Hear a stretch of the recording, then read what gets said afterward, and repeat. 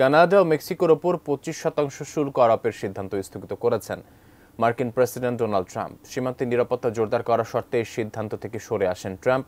তবে চীনা পণ্যের ওপর 10% শুল্ক আরোপের সিদ্ধান্ত বহাল রেখেছেন তিনি।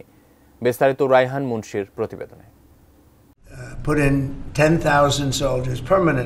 স্থানীয় সময় মঙ্গলবার থেকে মেক্সিকো ও কানাডার ওপর 25% শুল্ক আরোপ কার্যকরের কথা ছিল। তবে অভিবাসন ও মাদক পাচার নিয়ন্ত্রণে কঠোর ব্যবস্থা নেওয়ার শর্তে প্রতিবেশী দুই দেশকে 30 দিনের জন্য শুল্ক থেকে রেহাই দিলেন মার্কিন প্রেসিডেন্ট ডোনাল্ড ট্রাম্প। কানাডার প্রধানমন্ত্রী জাস্টিন ট্রুডো ও মেক্সিকোর প্রেসিডেন্ট ক্লদিয়া শেইনবাউমের সঙ্গে ফোনালাপের পর এই সিদ্ধান্ত থেকে সাময়িকভাবে সরে দাঁড়ান ট্রাম্প। জেনেক্সে শিফট করো, লাইফকে লিফট করো। যুক্তরাষ্ট্রের শর্তানুযায়ী ফেন্টানিল মাদকের চোরাচালান ঠেকাতে সীমান্তে নতুন প্রযুক্তি ও অতিরিক্ত নিরাপত্তা কর্মী মোতায়েন করবে কানাডা। সেই সঙ্গে সীমান্তে সংগঠিত অপরাধ ও অর্থ পাচারের বিরুদ্ধে যুক্তরাষ্ট্রের সঙ্গে যৌথভাবে কাজ করবে ট্রুডোর দেশ।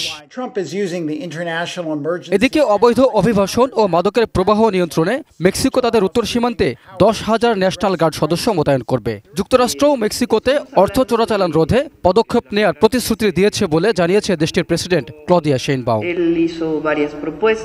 অন্যদিকে চীনা পণ্যে নতুন করে আরোপিত 10% শুল্ক ট্রাম্পের দেয়া সময় অনুযায়ী কার্যকর হচ্ছে।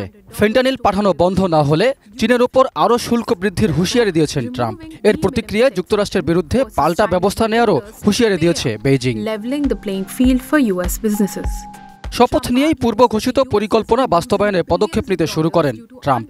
প্রতিবেশী দুই দেশের উপর শুল্ক আরোপের এই সিদ্ধান্ত কার্যকর হলে ক্ষতির মুখে পড়ত মেক্সিকো ও কানাডার অর্থনীতি। সেই সঙ্গে বাণিজ্য যুদ্ধের আঁচ লেগে বিশ্বব্যাপী ভোগ্যপণ্যের মূল্য বৃদ্ধি পেত বলে মনে করছেন অর্থনীতিবিদরা। তিন দেশের এই সমঝোতার ফলে সাময়িকভাবে সম্ভাব্য বাণিজ্য যুদ্ধ ঠেকানো সম্ভব হয়েছে বলে মনে করছেন অর্থনীতি বিশ্লেষকরা।